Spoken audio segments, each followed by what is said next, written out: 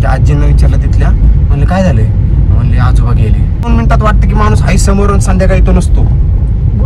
सकाळी मी उठून तिथं चाललोय, बघतोय तर आजोबा कुठे काय. तर मित्रांनो, आज अचानक अशी गोष्ट झाली की मी तिथं गेलो आणि तिथे गेल्यानंतर बघतोय तर सगळी माणसं जमली होती.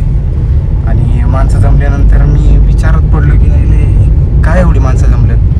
आणि त्या व्यक्तीसोबत मी तुम्हाला सांगतो, त्या व्यक्तीला मी समोर बघतोय आत्ता. आज सकाळी ना, आज झालं, कल्याण झालं, गेले देवा घरी. म्हणजे मी विचार करत होतो, मी माझ्या आजीच्या बाबतीत पण मी विचार केला की माझी आजीचा व्हिडिओ बनवता येईल मला तिच्याकडनं बऱ्याच गोष्टी माहिती करून घ्यायच्या होत्या. ती 1900 तुम्हाला सांगतो 1917च्या आसपासची होती. ती 1917च्या आसपासची पारतंत्र्य बघितलं होतं तिने. आणि माझी अशी इच्छा होती की आजीला पूर्णपणे आजीच्या ज्या आयुष्यातल्या ज्या घडामोडी येतं त्या मला रेकॉर्ड करून यूट्यूबवरती फेसबुकवरती टाकायच्या होत्या, जे की लोकांना पण कळलं पाहिजे की काय नेमकं आहे बाबा, ह्यांचा लाईफ कशी होती. कारण की ही पिढी आता फक्त 10 वर्ष, नाही तर अपकमिंग 10 वर्षच लय झालं. 10 वर्षाच्या पुढे ही पिढी बघायलाच नाही आजी आजोबांची आपली. तर मी तुम्हाला सांगतो, मी नाईट शिफ्ट करून आलो. नाईट शिफ्ट करून आल्यानंतर मला ते आजोबा कंटिन्यू तिथं दिसायचे, मारुती मंदिराच्या तिथं कंटिन्यू असायचे, असं डोक्याला असं खाजवत बसायचे. आणि प्रत्येक वेळेस मी जेव्हा त्यांना भेटलो तेव्हा त्यांनी मला प्रत्येक वेळेस चांगला सल्ला दिला. एवढा भारी सल्ला दिलाय की सेव्हिंग करून ठेवा, लाईफमध्ये एन्जॉय करा, प्रत्येक गोष्टी एन्जॉय करा, परत रिग्रेट नका करून घेऊ.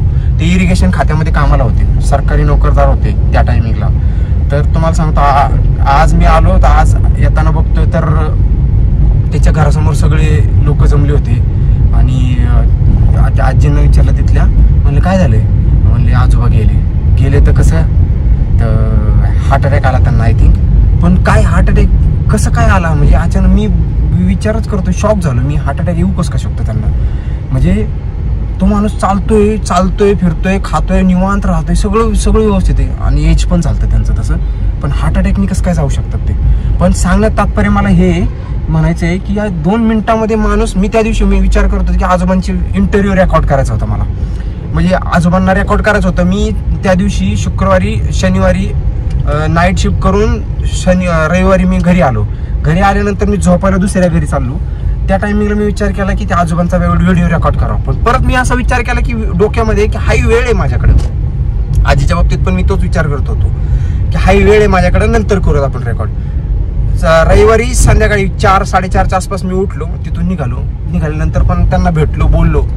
आणि त्याच्यानंतर मी परत विचार केला की नाही, तेव्हा वाटलं मला की मी ह्यांच्या रेकॉर्ड करावं आत्ता सध्या. पण तेव्हा पण मी रेकॉर्ड नाही केलं. शेवटी असा झाला सीन की मी गेलो निघून. आणि आज मंगळवारचा दिवस आणि डेथ झाली त्यांची. आज आय थिंक आज बुधवारी ना रे, आज बुधवारचा दिवस. मंगळवार पण मी सोडून दिला, सोमवार पण मी सोडून दिला, म्हणलं होईल रेकॉर्ड. आणि आज बुधवारचा दिवस, सकाळी बघतोय तर त्यांच्या घरी.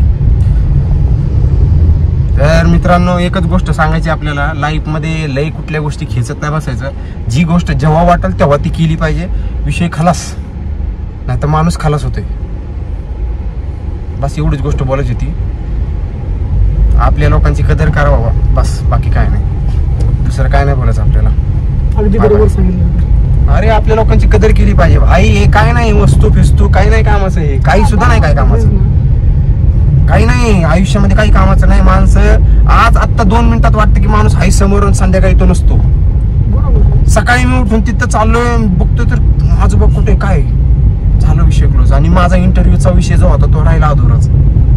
माझा राहू द्या मरू द्या, पण मी सांगतोय की मला रिग्रेट होते. माझ्या आजीच्या बाबतीत पण मला रिग्रेट होते की मी आजीला लय आधी रेकॉर्ड करायला पाहिजे होतं.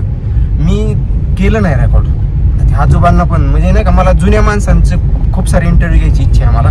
कारण की त्यांच्यापाशी असा काही खजाना दडलेला आहे की त्यांना सांगायचं पण कोणी ऐकायला रेडी नाहीये. सगळे धगधगीच्या जीवनात असे नुसते पळतायत, नुसते धावपळ चालू आहे. आणि काय नाही फायदा, या धावपळीचा काय फायदा नाही. त्यांची लाईफस्टाईल काय होती हे जाणून घेणं खूप गरजेचं आहे.